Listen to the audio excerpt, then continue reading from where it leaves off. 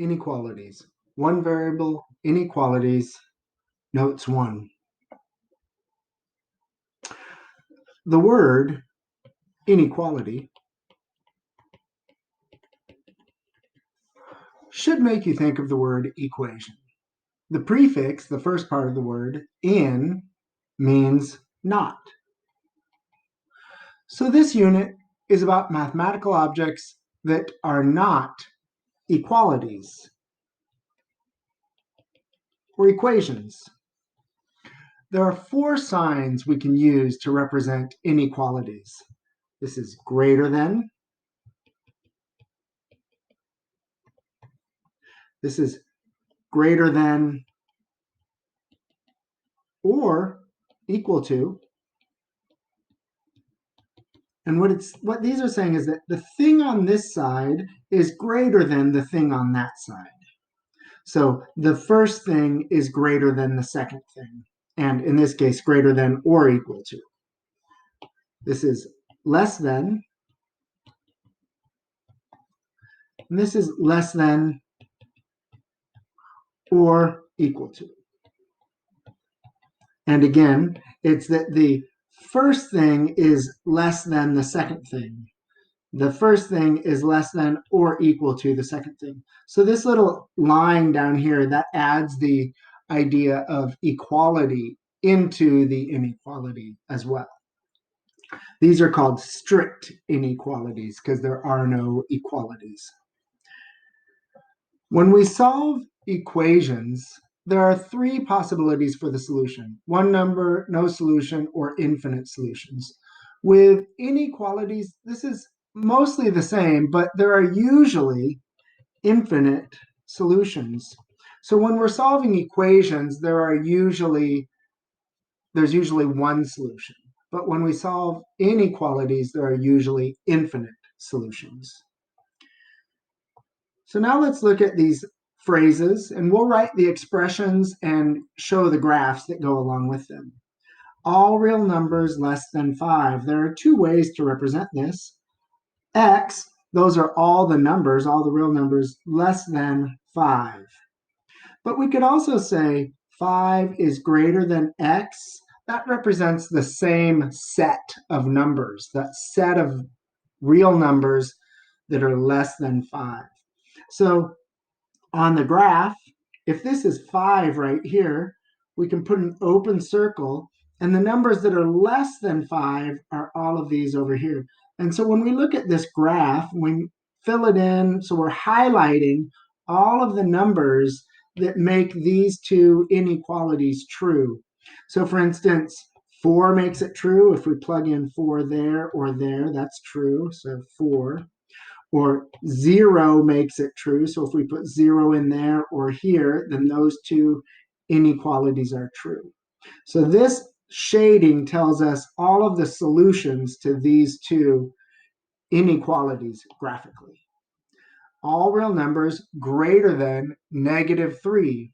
So again, X greater than -3 or -3 less than X. And similarly here, so we have a -3. I can just put it right in the center there. And it's an open circle because there's no equal sign there, so they're open circles. It says, hey, this solution of -3, it's not part of the solution because there's no equal sign there. Okay, and so all real numbers greater than -3 is going to go off to the right. So all these numbers that I'm highlighting here on the number line are parts of the solution. We have to highlight the arrow because it keeps on going in that direction forever. All real numbers less than or equal to 0. X is less than or equal to 0, or 0 is greater than or equal to X. So here's 0. Now it's a filled in circle because there's this equality here. And X is less than 0 is going to go this direction, like that. All real numbers greater than or equal to -2. X is greater than or equal to -2, or -2 is less than or equal to X. So here I'll do -2. It's going to be a filled in circle, again, because we have these equal signs that are included. And x is greater than that -2, so it goes off in this direction and goes on forever. Solving inequalities is like solving equations.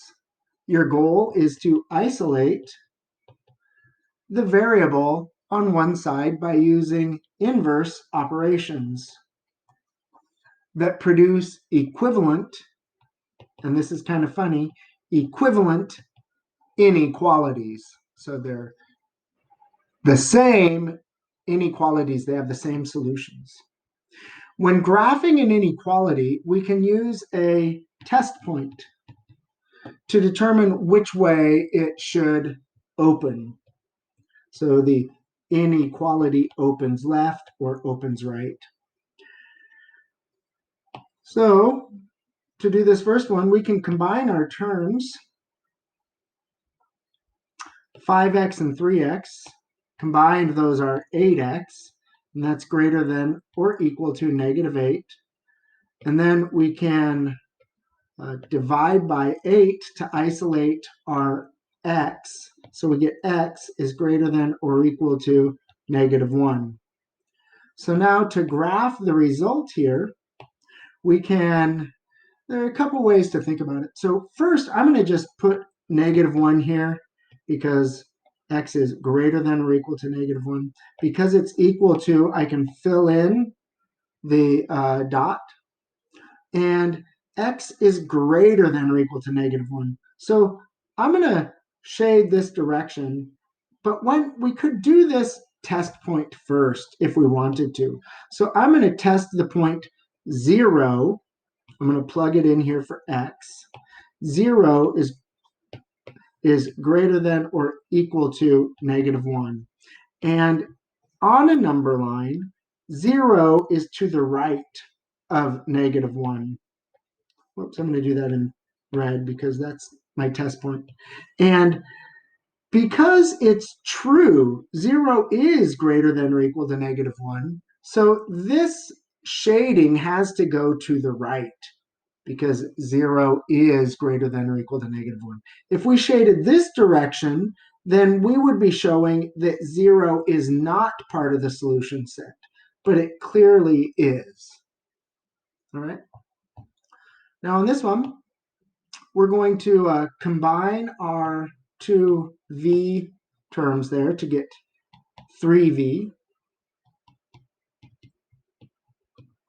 And then we're going to add 1 to both sides, and we'll get 3v is less than 6. And now we are going to divide by 3, and when we do that, we get v is less than 2. All right? So that's our solution. So here we have 2. Because there's no equal sign, our point is going to be an open circle. And to figure out which way to shade, well, we see here that v is less than 2, so we're going to shade this direction. And then we're going to do a test point to check our solution and see if it's accurate. I'm going to do a test point different this time. I'm going to do 4. 4 is less than 2. And this is not true. So the point 4, 4 over here, that value, should not be shaded. If we shaded, we would be saying that this was true.